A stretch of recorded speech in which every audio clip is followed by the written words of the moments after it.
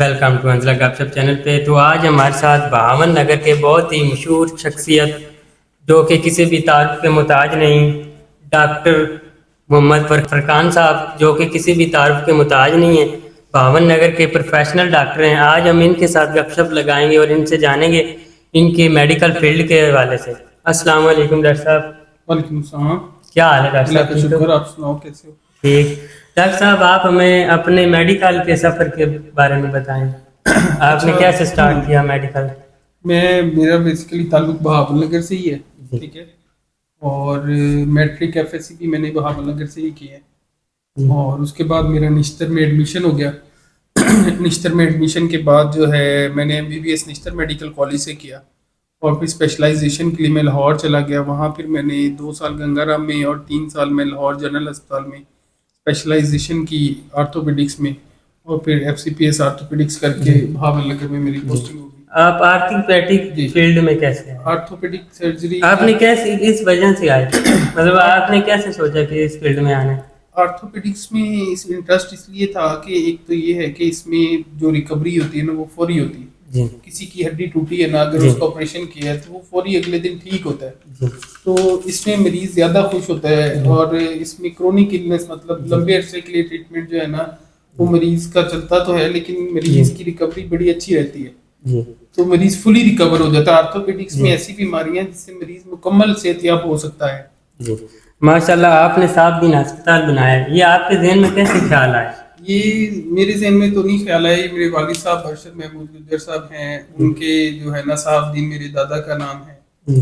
तो उनकी ख्वाहिश थी कि मैंने उनके नाम पे जो है ना हॉस्पिटल बनाना है। तो फिर ये साहबदीन जो है भी मेरे दादा अब्बा का नाम है। अपने दादा के नाम से? दादा के नाम है। आपके अस्पताल में कौन सी जदीद टेक्नोलॉजी हमारे वाली मशीन है? अस्पताल में जो है ना वो आर्थो से रिलेटेड तो जो भी सर्जरीज हैं वो सारी होती हैं कैमरे के जरिए। हम बच्चों की जो सर्जरीज हैं और अडल्ट की भी सर्जरी, हमारी कोशिश होती है कि कम से कम चीरा लगे जी और मरीज की जल्दी रिकवरी हो। तो इसके अलावा गायनी, जनरल सर्जरी, सारे ऑपरेशन होते हैं। जो गांव वाले हैं उनके लिए कोई सहूलियात? गाँवों के पेशेंट्स जो है ना वो उनको हमारे ये होता है मैसेज के अगर उनका कोई प्रॉब्लम होता है ना तो वो टाइमली डॉक्टर के पास आए, चेकअप कराएं और अपना इलाज कराएं। अगर कोई ऑपरेशन नहीं कराना चाहता ना तो हम कहते हैं कि आप हमसे ही हड्डी ऑपरेशन के बगैर ठीक करा लें। लेकिन ये है कि आपको सही बात बताई जाएगी कि कैसे रिकवरी होगी ताकि आप बड़े नुकसान से बचें। क्या आप 24 घंटे इमरजेंसी? हाँ जी, हमारे हॉस्पिटल में 24 घंटे इमरजेंसी है। कोई भी पेशेंट हो तो हम 24 घंटे उसको ट्रीट करते हैं। आजकल जो हड्डियों और जोड़ों का सबसे आम मसला है कौन सा है जो आजकल आपके पास आता है? हड्डियों और जोड़ों का एक तो ये है कि हड्डियों में ट्रैफिक की वजह से, बाइक्स की वजह से हर रोज ही मतलब मरीज जो बाइक से गिरते हैं उनकी हड्डियां टूटती हैं। जी तो ट्रॉमा तो हमेशा से ही रेगुलर आता है। बाकी फीमेल्स हैं जिनका वजन ज्यादा है, उनके घुटनों में दर्द, कमर में दर्द, ये वाले जो मसाइल है ये बड़े कॉमन हैं और हमारे पास आते हैं। PRP क्या है? इलाज क्या है? PRP का इलाज ये है कि पहले तो लोग ये बालों के लिए भी कराते हैं, अपने फेस पे भी कराते हैं। नी जॉइंट के अंदर जो है ना जब आपके घुटने रगड़ खाना शुरू होते हैं तो इब्तदाई स्टेज के अंदर जब अभी मसला शुरू ही हुआ है तो तब नी जॉइंट में इंजेक्शन लगता है। उसमें आपके ब्लड को निकालते हैं, ब्लड को हम जो है सेंट्रीफ्यूज करते हैं और उससे हम प्लेटलेट रिच प्लाज्मा जो होता है वो उसको एक्सट्रैक्ट करके ना नी जॉइंट में लगाते हैं। तो ये क्या करता है कि घुटने की सोजिश को कम करता है और मरीज को जो है ना इससे पेन में जो है ना रिलीफ मिलता है। क्या हर मरीज का ऑपरेशन करना जरूरी है या नहीं? ऑपरेशन तो हर मरीज की जरूरत नहीं होती है। बहुत से मरीज हैं जिन्हें प्लास्टर में ठीक करते हैं और जिनको जरूरत होती है उनको ऑपरेशन की जरूरत है।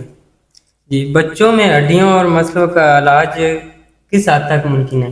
बच्चों में छोटे जो बच्चे होते हैं उनमें ज्यादातर ये होता है कि वो डाइट वगैरह अपनी काफी उनकी सफिशिएंट नहीं होती है। उसकी वजह से कैल्शियम, विटामिन डी की कमी के साथ हमारे पास आते हैं।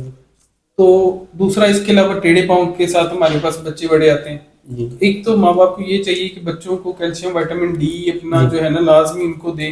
और दूसरा ये है कि जैसे टेढ़े पाँव वाले बच्चे अगर वो हमारे पास टाइम से आते हैं ना तो बहुत बड़ी मजदूरी से बच जाते हैं और उनके पाँव सीधे हो सकते हैं और बिल्कुल वो नॉर्मल जिंदगी। और एक आपकी पर्सनल लाइफ से आप जब कब तक आप डॉक्टर बने तो उसमें कोई चैलेंज केस आए आपके पास जो मुश्किल हो आपकी जिंदगी में? बिल्कुल ऐसे चैलेंज वाले केस तो हमारे पास اور روٹین میں ہی اکثر آتے رہتے ہیں. ایک دفعہ پیشنٹ ایک تھا, جی اس کے 5 جگہ سے ہڈی ٹوٹی ہوئی تھی, دونوں جو ہے نا جی. ٹانگیں, دونوں پاؤں اور بازو ٹوٹے ہوئے تھے. پھر اس کا ہم نے ایک ہی ٹائم میں جی. آپریشن کیا, ماشاء اللہ وہ بالکل ٹھیک ہے. ایک ڈاکٹر کے لیے ایک مشکل ترین وقت کون سا؟ مشکل ترین وقت ڈاکٹر کے لیے وہ ہوتا ہے جب ہم مریض کے لیے کچھ بھی نہیں کر سکتے. جی اس کی بیڈ انجری ہو, جی اتنی بری انجری ہو تو ہم اس کو سیو ہی نہ کر پائے, تو وہ ہمارے لیے سب سے زیادہ, جس کے لیے ہم کچھ کر جی. سکتے ہیں نا, وہ اپنی میکسیمم کوشش کرتے ہیں کہ اس کو ٹھیک کر سکیں. جی. تو باقی اللہ تعالیٰ نے کرنا ہوتا ہے, بندے کے ہاتھ میں ایک لمیٹیڈ حد تک چیزیں ہوتی ہیں. جو ایک عام آدمی ہے وہ اپنی ہڈیوں کو محفوظ کرنے کے لیے کیا کرے؟ ہڈیوں کو دیکھیں مضبوط کرنے کے لیے ایک تو آپ کی جو لائف سٹائل ہے نا, جی وہ اس میں ایکسرسائز لازمی ہونی چاہیے. جی ٹھیک ہے, اور روٹین میں ورزشیں ہونی جی. چاہیے آپ کی, اور خوراک میں آپ کو چاہیے کہ کولڈ ڈرنکس وغیرہ جی. اوائڈ کریں. جی. ٹھیک ہے, اور فاسٹ فوڈ اوائڈ کریں, جی. ورزش کریں, اور صحت مند ڈائٹ اپنی جو ہے نا وہ استعمال کریں. جی. کمر درد اور گھٹنوں درد سے بچنے کے لیے کیا مشورہ کمر دیں گے درد آپ؟ کے لیے, مشورہ کیا دیں ہاں گے آپ؟ کمر درد کے لیے دیکھو, اس میں سب سے زیادہ ضروری یہ ہے کہ آپ کا بیٹھنے کا پوسچر ٹھیک ہو. جی آپ جھک کے نہ بیٹھیں, جھک کے وزن اٹھانے سے ہم پرہیز کرتے ہیں کہ نہ کریں آپ. جی تو کمر درد تو زیادہ تر لوگوں کو غلط پوزیشن میں بیٹھنے کی وجہ سے, جی. غلط پوزیشن میں وزن اٹھانے کی جی. وجہ سے ہوتا ہے. اور گھٹنوں کا درد ہے وہ وزن زیادہ ہونے کی وجہ سے ہوتا ہے. تو وزن اگر آپ کا کنٹرول رہے گا تو پھر آپ کے گھٹنوں میں جو ہے نا وہ تھوڑا جلدی جی. نقصان آپ کو نہیں ہوگا. یہ پاکستان کی میڈیکل فیلڈ کو بہتر بنانے کے لیے کیا ضروری ہے؟ پاکستان کی میڈیکل جو فیلڈ ہے اسے بہتر بنانے کے لیے یہ ہے کہ ڈاکٹرز کے بہت زیادہ مسائل ہیں. جی ڈاکٹرز کے لیے جو انوائرمنٹ ہے وہ ورکنگ انوائرمنٹ وہ اچھا ہو, جی تاکہ ڈاکٹر اپنے ورک پہ فوکس کر سکیں. مریض جو ہے وہ ان کے جو ایکسٹرا مسائل ہیں ان سے پریکٹس کے لیے سیف انوائرمنٹ ہوتا ہے, تو بندہ ڈیڈیکیشن سے اپنا کام کر سکتا ہے. تو آج کل آپ دیکھیں آئے روز ہسپتالوں میں جھگڑے اور یہ چیزیں ہو رہی ہیں, سیکیورٹی نہیں ہے ڈاکٹرز کو. وہ ڈاکٹر اپنے کام پہ فوکس کرنے کی بجائے وہ ان مسئلوں میں الجھے رہتے ہیں. تو ڈاکٹرز کے لیے سیف انوائرمنٹ ہو تو ڈاکٹرز بہت بہتر طریقے سے پرفارم کر سکتے ہیں. اور آج کل جو نوجوان نسل ہے ان کو آپ کیا پیغام دینا چاہتے ہیں؟ ان کو پیغام یہ ہے کہ وہ اپنی جو ہے نا اسٹڈیز بہتر طریقے سے کریں. ٹھیک ہے, اپنا گول جو ہے اس کو فوکس کریں, اور تاکہ وہ ایک اچھی اسٹڈیز ان کو ملے, ایجوکیشن ان کی اچھی ہو, اور وہ معاشرے کے لیے بہتر فرد کے طور پر ثابت ہوں, اور معاشرے میں اپنا ایک پازیٹیو رول پلے کریں. اور آپ کوئی بات کہنا چاہیں اپنے کریئر میں, جو میڈیکل فیلڈ میں آپ آئے ہیں تو آپ نے کیا سیکھا ہے؟ میڈیکل فیلڈ میں ہم آئے ہیں کہ ہم جب بھی کوئی کام کریں نا اس میں ہمیشہ مریض کا فائدہ ہو. ٹھیک ہے, ڈاکٹر کا فائدہ تو ہوگا ہی ہوگا ہمیشہ, لیکن جب ڈاکٹر ٹریٹمنٹ کرے تو ٹریٹمنٹ کرتے وقت یہ سوچے کہ مریض کا اس میں سب سے بہتر جو ہے نا فائدہ ہونا چاہیے. اگر آپ کے کام سے مریض کو فائدہ نہیں ہے تو اس کے ٹریٹمنٹ کا بھی کوئی فائدہ نہیں. جی. اور آپ اپنی کی طرف سے کچھ کہنا چاہیں؟ ہاں, میری طرف سے یہ ہے کہ سب مریض جو ہے نا وہ اپنا جو ڈاکٹر ہے, کوالیفائڈ ڈاکٹر ہے, اس کی بات سنیں, اس کی ہدایات پہ عمل کریں.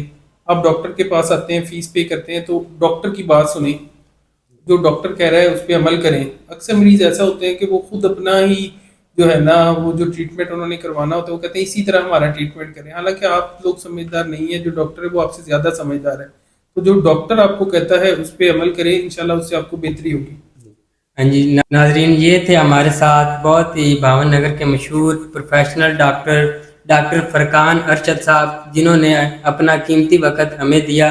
ہم ان کا شکریہ ادا کرتے ہیں جنہوں نے اپنا قیمتی وقت ہمیں دیا. السلام علیکم. اور حنزلہ کے لیے جو ہے نا اس کا چینل ہے حنزلہ گپ شپ, تو یہ بچہ بہت اچھی ایفرٹ کر رہا ہے اور گروئنگ ٹیلنٹ ہے. تو اس کے چینل کو سپورٹ کریں, لائک کریں اور سبسکرائب کریں, تاکہ یہ جو ہے اپنے کام کو اچھے سے کرے اور فیمس ہو جائے.